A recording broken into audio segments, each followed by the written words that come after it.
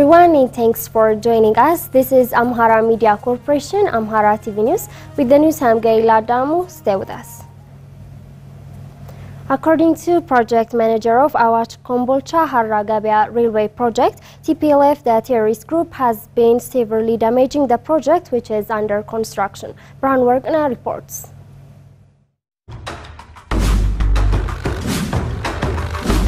The construction of the Awach Kombolcha Harragabia Railway Project was launched some 6 years ago at a cost of $1.7 billion. Project manager Abdul Karim Mohammed told INA that it was planned to complete the construction of the railway by the next Ethiopian fiscal year. The project was in the final phase of completion, he said, adding that efforts were intensified to quickly complete particularly the construction of lines from Kombolcha Harragabia by installing modern machineries and equipments in the 6 camps near to the project. However, he said the construction of resources, including machineries and trucks in the 4 camps, were looted and destroyed by the TPLF terrorist group. Some 268 excavators, dozers, dump trucks and other machines were also in the campus, he said, adding that the terrorist group robbed what they could and destroyed what they could not. He added that the railway line was also damaged as the terrorist group had used the project's tunnels as fortresses and the railway lines as bridges to move tanks and heavy vehicles. He is very much saddened that this huge project has been destroyed in this way, which had consumed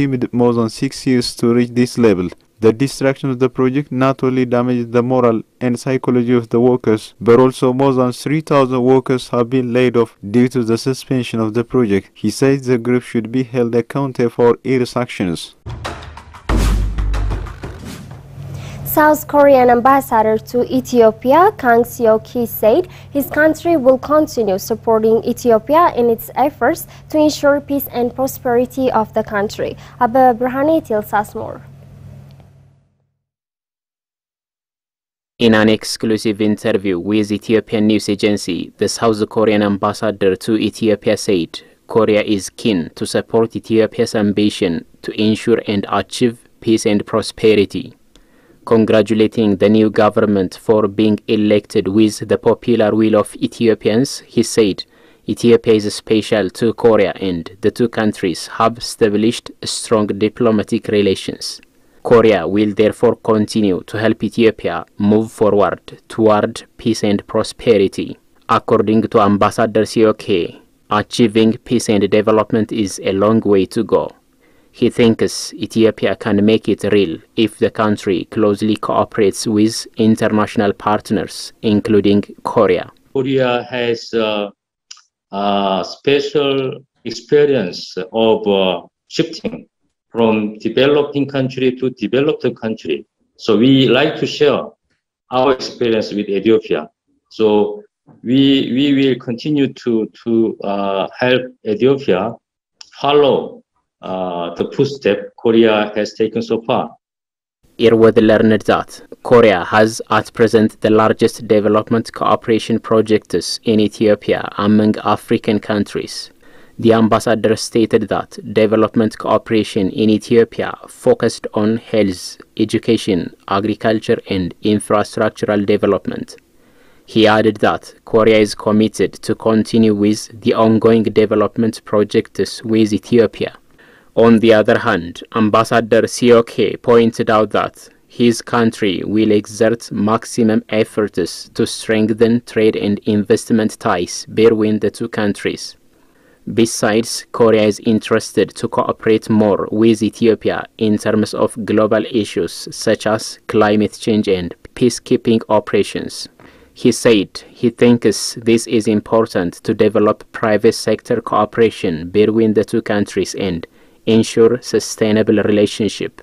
The ambassador further said, although there are about 20 Korean companies operating in Ethiopia, this is very low when compared with Korea's global activities. As to him, in order to promote trade and investment, they will inform Korean companies about the potential of doing business in Ethiopia. Ethiopia has about 100 million population. Most of them are very young people. And recently, Ethiopia continued to sustain high economic growth.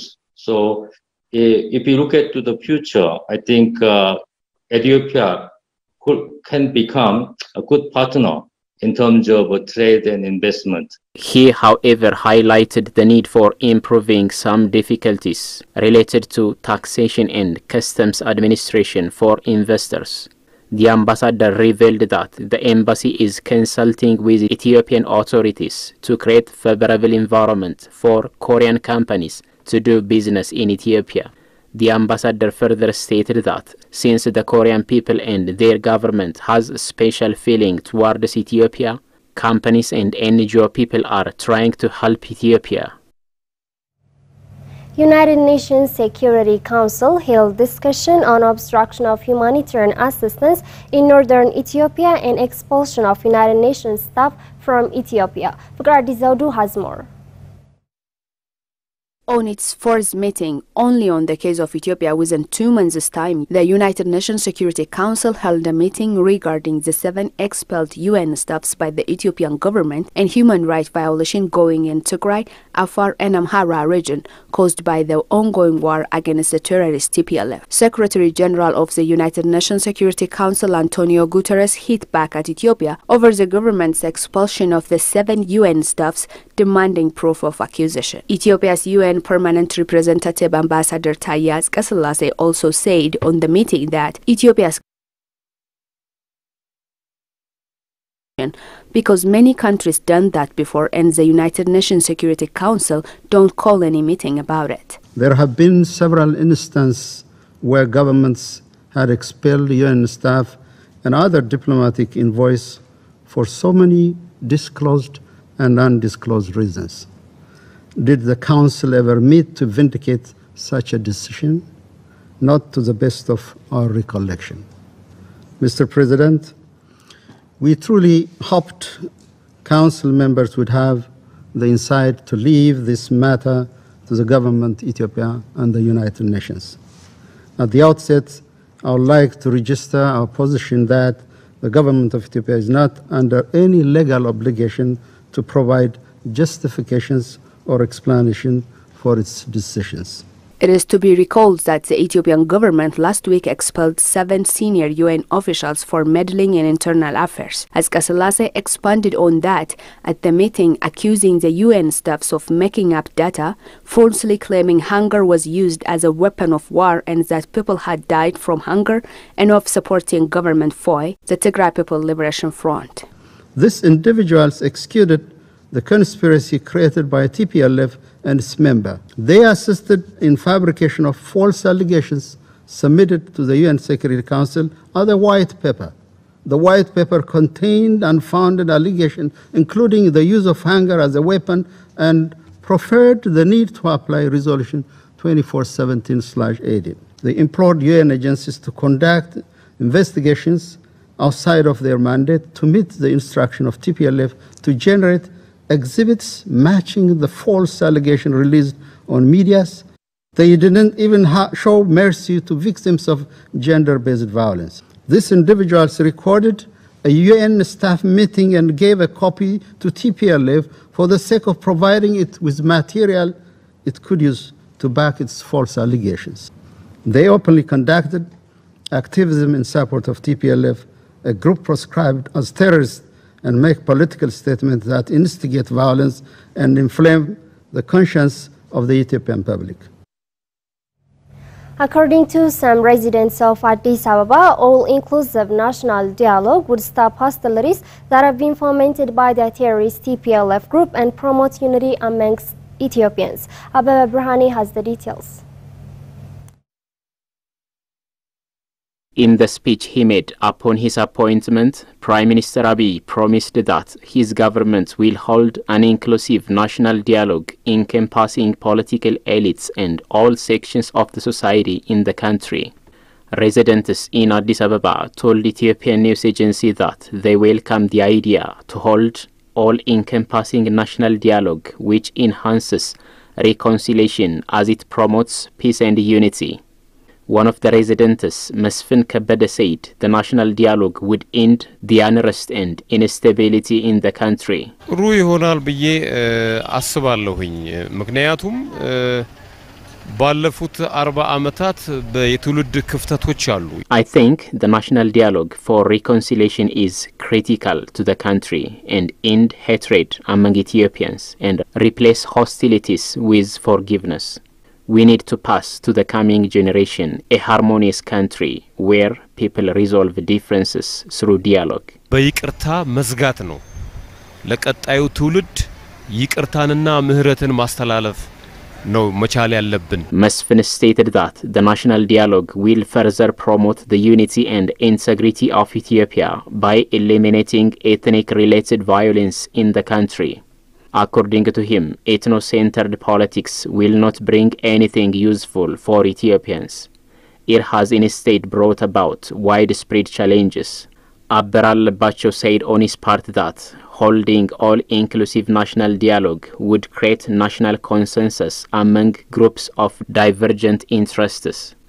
National consensus among the Ethiopian people, on the other hand, will bring sustainable peace and stability that help to attain development and prosperity in the country.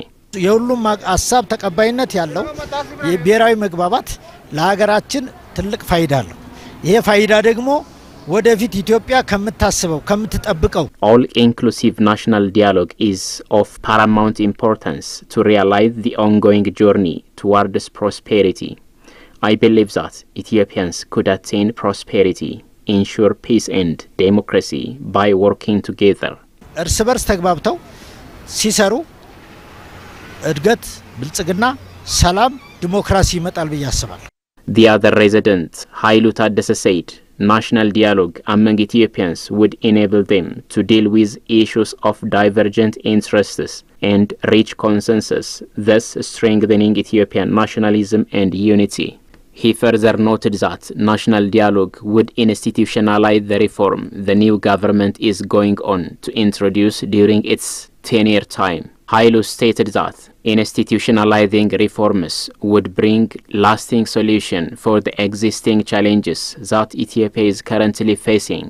ምናወራቸው ችግሮች የስራጥነቱ የኑሮድነቱ የፖለቲካው መፈናቀሉ በሙሉ ሶልቭ የሚደረገው ተቋም በመገንባት ይመስለኛል I think the existing challenges including unemployment, inflation, unrest and displacement of people could be solved by establishing strong institutions led by professionals. Institutionalization would bring solutions to the many challenges the country could face in the long run. ኢንስቲትዩሽናላይዝ ከተደረገ እነዚህ ሁሉ ችግሮች for the long run ሶልቭ ይሆናሉ ብዬ አስባለሁ He also stated that the new government needs the support of the public to realize its projects, including the holding of all-inclusive national dialogue that bring healing and reconciliation. You're watching Amhara Media Corporation, Amhara TV News, and now let's take a look at the foreign exchange rate and carat rate.